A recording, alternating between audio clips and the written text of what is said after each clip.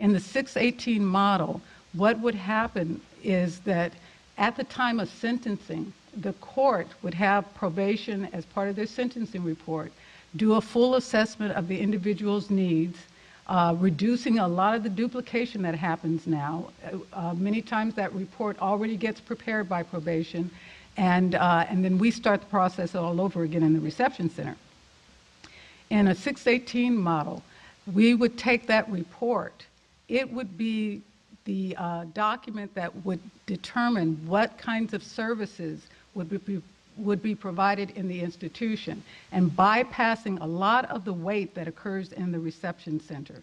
So in San Diego, who is the first county that is actually started to do the development, they predict that with this change, instead of 120 days sitting in the reception center, they can complete this whole process in 28 days and actually get the person into the general population and start the programming immediately.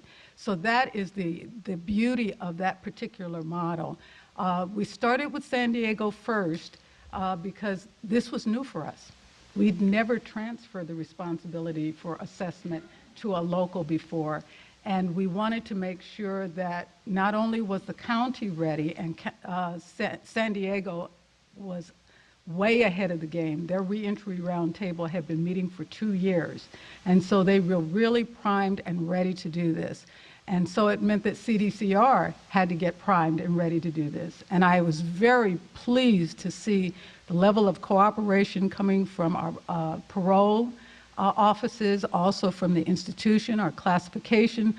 Everyone is sitting at the table. I remember one of the first meetings, I was just tremendously impressed by the fact that there were CDCR employees from substance abuse, from health care, and from parole, and from classifications that had probably not sat in the same room together either. And so here they were, sitting in the room with each other, sitting in the room with the county sheriffs, the district attorney, and also the community, working on a plan to actually do this transition. We are in the process of soliciting other counties to come in and do SB 618. Our proposal is that they will complete an application, and then we will make a decision in December, and they would start their planning in January, and we would hope to have funding in place for them to begin the program in July of 2007. Now, originally we thought we would just have to, we have a couple of counties that might want to do this, and the decision-making process would be very simple about how this would go. We decided to send out a letter of interest to see how many counties would be interested in one of these 2 remaining slots. And we found that we had 6 counties, and San Francisco is one of them. And so we're going to pick one county from the north part of the state and one county from the southern part of the state to be the second counties in all of this. And so we're very excited about the level of interest that we've gotten from counties in doing this.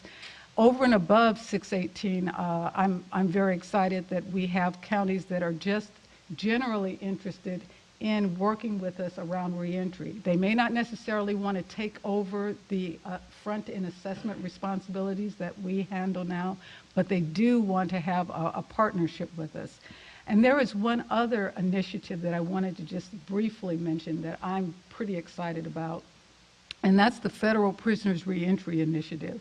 One of the things that my office did was we took a look at all of the grants that were available from the federal government, and there were probably about $10 million in various grants that are available to states to do projects in the area of reentry. Well, we applied for the Federal Prisoners Reentry Initiative, and we were successful in getting a grant of $1.8 million.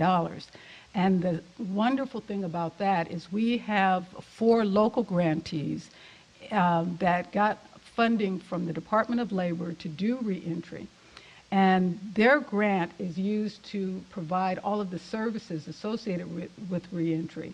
But the federal government recognizes that they can't provide services to people they can't access. Their goal is to start pre-release planning with these individuals before they come out, which means that they have to work with us to gain access to those individuals.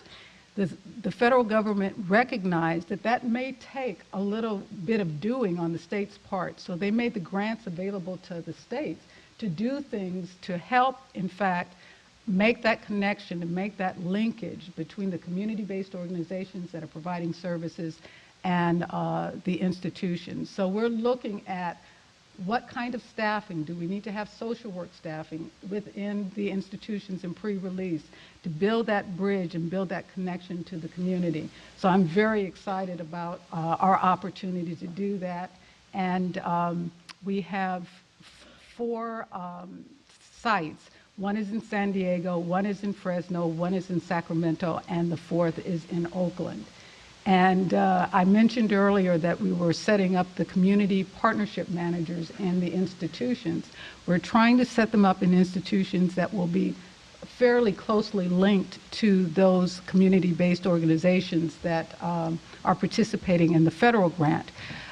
This will have a side benefit for San Francisco in as much as the community partnership manager is going to be San Quentin for the Bay Area. So I think that will provide an extra linkage for San Francisco in terms of that connection to San Quentin.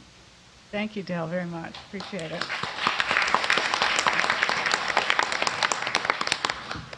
Our next speaker is Michael Oyang. Michael began his career with the Department of Corrections, it was Corrections at that time, in 1986 as a correctional officer at San Quentin. And after doing systems analysis, he then went on to the Parole and Community Services Division. And he's had a series of promotions there and is now the unit supervisor at the Daly City. He, this summer, was acting West Bay administrator and was in San Francisco, and he was really critical to our Reentry Council because we were just forming at that point. There were a lot of issues with the Department of Corrections and Rehabilitation, and we really appreciated Michael's help with that. So, Michael, a question for you. We've talked a little bit on the other panels about some of the programs that parole is already doing. Where do you perceive a lack of care or access that causes problems for parolees, and what can we do to build those linkages to address the issues? Well, first of all, thank you very much for having me. I'm honored to be here. To answer the question, I think effective communication within CDC is absolutely number one.